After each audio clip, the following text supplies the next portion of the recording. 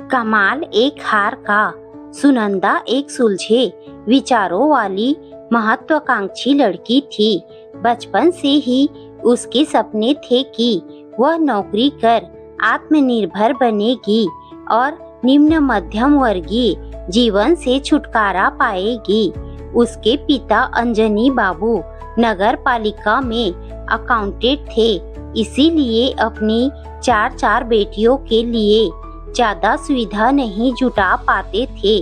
पढ़ने की अच्छी सुविधा नहीं होने पर भी सुनंदा अपनी मेहनत और लगन से ऊंचे मुकाम हासिल करने के सपने देखती।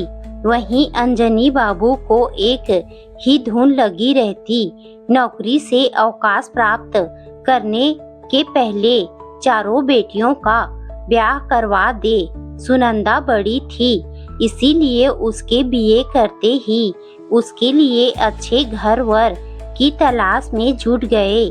सुनंदा बीए करते ही बीएड में एडमिशन ले ली और जल्दी ही वह काफी अच्छे नंबरों से बीएड पास भी कर ली। पर अंजनी बाबू अपने इस अबाध्य सुंदरी सर्वगुण संपन्न लड़की के लिए एक आदत सरकारी नौकरी वाला वर नहीं ढूंढ पाए, क्योंकि कम दहेज और निम्न मध्यम वर्गीय हैसियत के कारण छोटे सिक्के की तरह शादी के बाजार से लोग रिजेक्ट कर रहे थे। अंततः थक हार कर उन्होंने अनुपम से, जो एक प्राइवेट कंपनी में अकाउंटेंट था, उसकी शादी तय कर आए।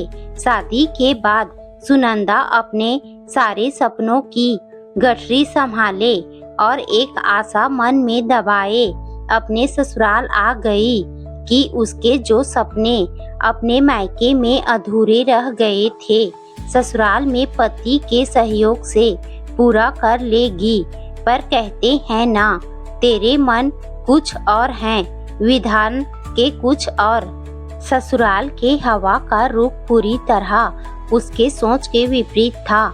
एमए तक की पढ़ाई किसी तरह पूरी करने वाला अनुपम अपने उस छोटे से नौकरी से ही संतुष्ट था और नहीं चाहता था कि उसकी बीवी उससे ज्यादा कमाकर समाज और परिवार में उसकी किरकिरी करवाए।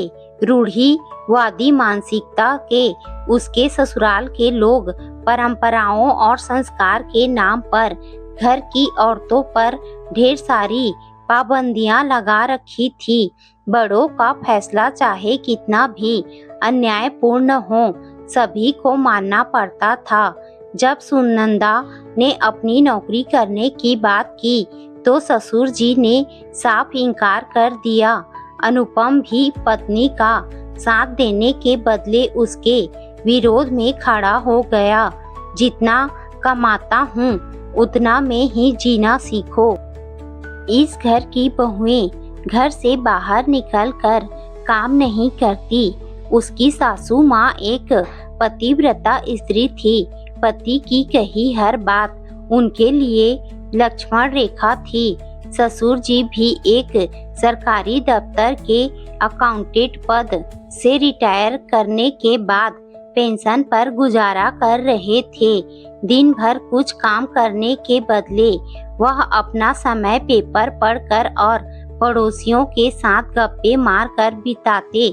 ना बेटा को कभी प्रेरित करते कि अच्छी नौकरी के लिए कोशिश करे, ना सुनंदा को कुछ करने देते, जिसके कारण घर में हमेशा आर्थिक तंगी बनी रहती। समझाने पर कोई असर ही नहीं होता। अनुपम अगर सुनंदा को खर्च के लिए पैसे देता तो पाई पाई का हिसाब रखता। पिक्चर देखने जाना उसे फिजूल खर्ची लगता। सुनंदा को कहता, कितने सारे पिक्चर तो टेलीविजन पर आते हैं, फिर हॉल में जाकर पैसा बर्बाद करने से क्या फायदा। कभी वह उसके साथ घूमने जाती तो रेस्टोरेंट में खिलाना तो दूर की बात, पानी पूरी खिलाने में भी आनाकानी करता।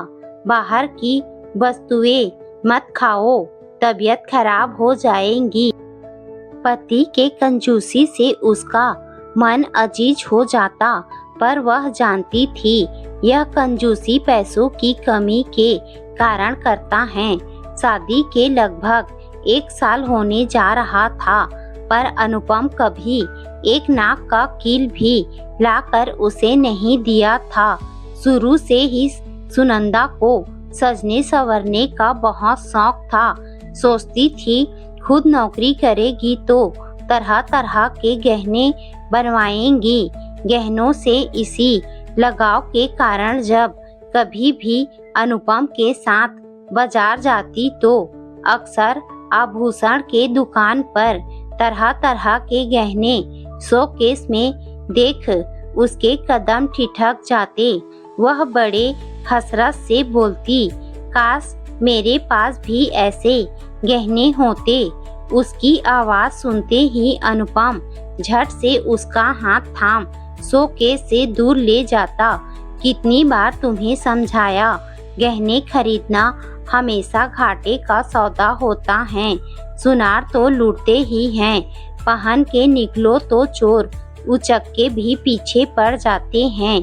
सच पूछो तो घर में गहना रखने का मतलब ही होता है चोरों को न्योता देना। वह अच्छी तरह समझती थी कि अनुपम इतनी दलीलें इसीलिए देते रहता कि कहीं सुनंदा उसके हैसियत पर ही प्रश्न चिन्ह न खड़े कर दे, पर कभी अपनी आमदनी बढ़ाने की कोशिश नहीं करता। पिता के डर से सुनंदा को भी नौकरी नहीं करने देता। वह भी नहीं चाहती थी कि अपनी नौकरी करने की जिद की वजह से घर में कलह हो, पर इतनी आसानी से अपने बचपन के सपनों को तिलांजलि भी तो नहीं दे सकती थी। अपने पति की अकर्मण्यता, उसके विचार और उसकी कंजूसी से आहत सुनंदा चाहती थी कि अपने परिवार को संकीर्ण विचारधारा से बाहर निकालकर आधुनिकता से जोड़े, पर अनुपम को समझाने की हर कोशिश बेकार जाती। वह पूरा चिकना घड़ा था, कोई बात समझना ही नहीं चाहता था। ले देकर उस घर में उसकी आशा का केंद्र उसकी बड़ी ननंद कविता थी। उसकी शादी कानपुर में हुई थी। उसके ससुराल वाले काफी खुले विचारों वाले लोग थे, इसीलिए वह मायके के घुटन भरी जिंदगी से निकल खुली हवा में सांस ले रही थी। उसका ससुराल एक सुखी संपन्न परिवार था, जहां हर आदमी को अपने हिसाब से जीने की आजादी थी। कविता भी अपने पति के साथ एक बैंक में काम कर रही थी। वह सच्चे दिल से चाहती थी कि उसका मायका भी उसके ससुराल की तरह समय के साथ चले। एक सी सोच ने ननंद भाभी को एक दूसरे के काफी करीब ला दिया था। जरूरत पड़ने पर कविता निष्पक्ष रहकर अपने घर वालों की आलोचना करने से भी नहीं चूकती थी। ननंद का यह निर्भीक और निष्पक्ष व्यवहार सुनंदा को बहुत भाता, जिससे दोनों के बीच सगी बहन जैसा प्यार और विश्वास का रिश्ता कायम हो गया था। जब भी कविता पटना आती, सुनंदा अपनी समस्याओं के समाधान उसके साथ मिलकर ढूंढती। एक बार जब कविता एक शादी में पटना आई, अपने साथ कई सेट गहनों का लाई थी। कानपुर लौटते समय सुनंदा से बोली, तुम्हें गहने पहनने का बहुत शौक है, घर में कई शादियां भी हैं, यह मेरे हीरो का सेट है, तुम रख लो, शादियों में पहनना। वैसे भी ये सब गहने लॉकर में पड़े ही रहेंगे, क्योंकि 3 साल के लिए हम दोनों पति पत्नी की पोस्टिंग सिंगापुर हो गई है। जब मैं आऊंगी तुमसे ले लूंगी। नहीं दी, हार बहुत कीमती लगता है। कविता हंसकर बोली, तुम चिंता क्यों करती हो, हार किसी दूसरे का नहीं, तुम्हारी ननद का ही तो है। जब तक अनुपम को मालूम होता और वह मना करता, कविता पटना से जा चुकी थी। कमरे में पहुंचा तो सुनंदा गले में हार पहने खुद को आईने में देख रही थी। सुनंदा पर नजर पड़ते ही अनुपम का गुस्सा भड़क उठा। तुम्हें कुछ होश भी है? कितना कीमती हार है, कहीं कोई चोर उचक्का उठा ले गया तो हम दीदी को क्या जवाब देंगे? सुनंदा पर उसकी डांट का कोई असर नहीं हुआ। माना हार पूरे 10 लाख का है, पर परेशान होने की जरूरत नहीं है। कौन, मैं उनका हार अपने पास रख लूंगी, 2-4 बार पहन कर वापस लौटा दूंगी। देखो तो इस हार को पहन कर मैं कितनी सुंदर लग रही हूँ। सुनंदा को अपनी अगण्य नेत्रों से झुलसाते गुस्से से भरा वह वहां से तेजी से पैर पटकता बाहर चला गया। अनुपम के मना करने के बावजूद हर शादी में सुनंदा के गले में वही हार जगमगाता रहा। एक दिन घर के पास ही एक शादी में सुनंदा गई थी। लौटते समय थोड़ी देर हो गई तो मोहल्ले की बात है, कोई कुछ नहीं करेगा, यह सोचकर अकेले ही लौट रही थी। अचानक अंधेरे से 2 व्यक्ति प्रकट हुए और सुनंदा के सारे गहने रिवॉल्वर की नोक पर उतरवा लिए।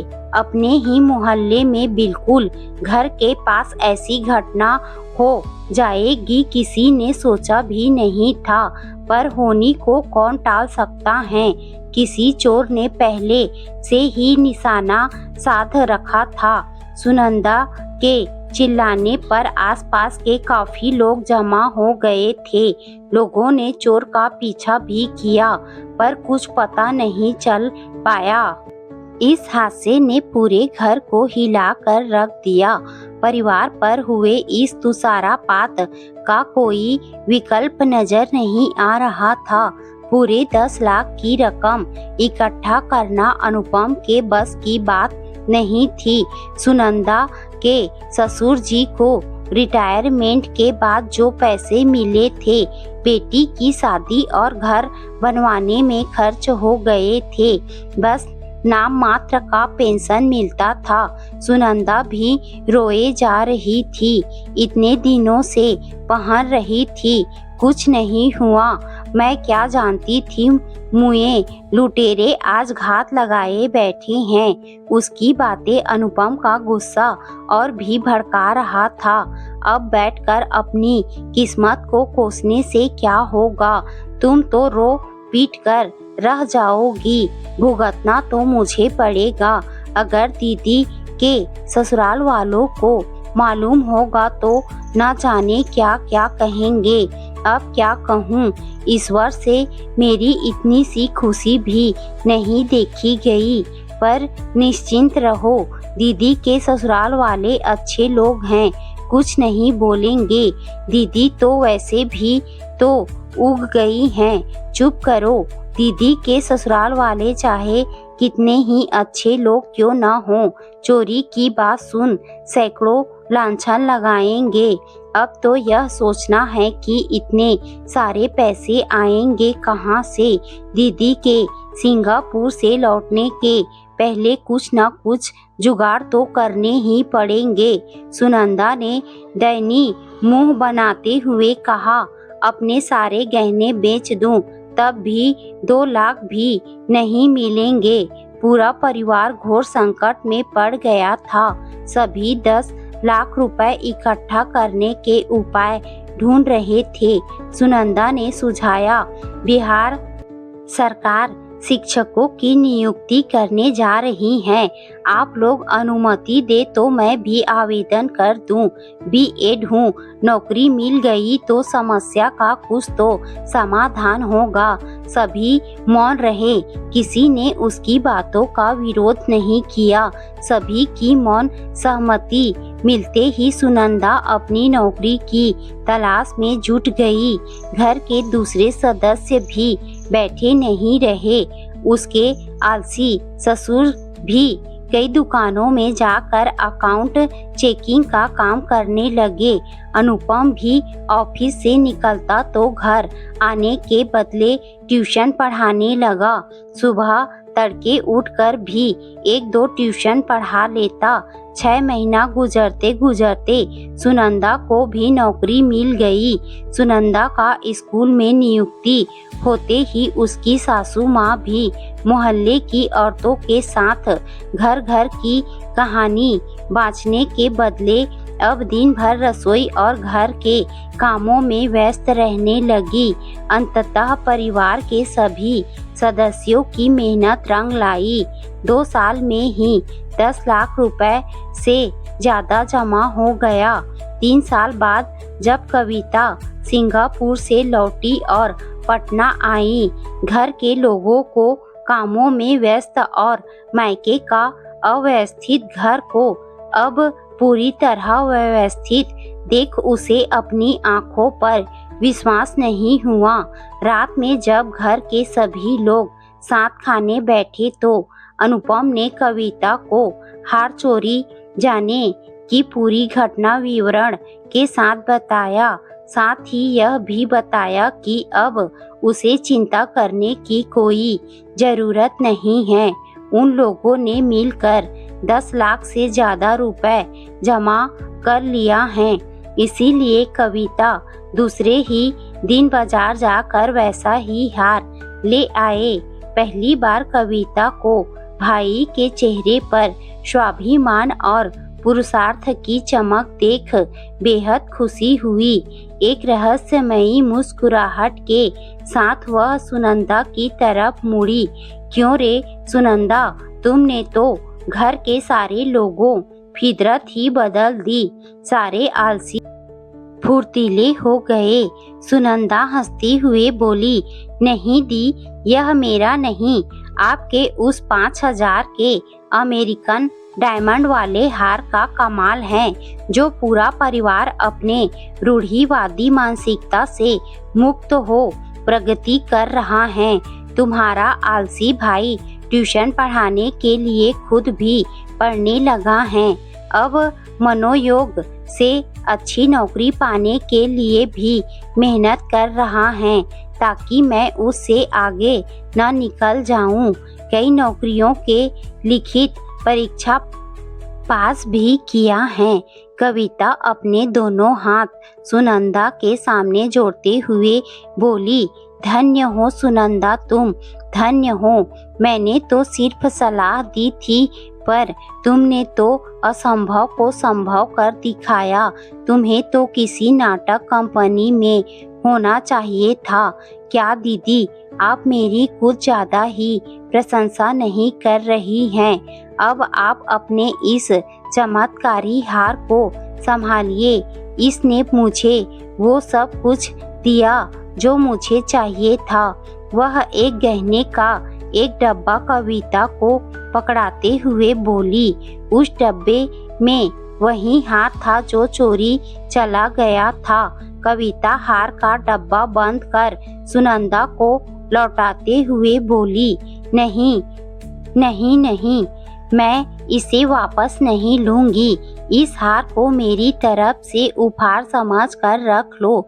इस पर अब तुम्हारा ही हक है। उन दोनों की बातों से घर के लोगों को बहुत कुछ समझ में आने लगा था। अब तक चुपचाप सब कुछ सुनने अनुपम से रहा नहीं गया। सच दी, क्या यह सब आप दोनों की मंत्रणा थी? क्या अभी भी तुम्हें शक है? कविता के बोलते ही वहाँ सब की हंसी गूंज उठी।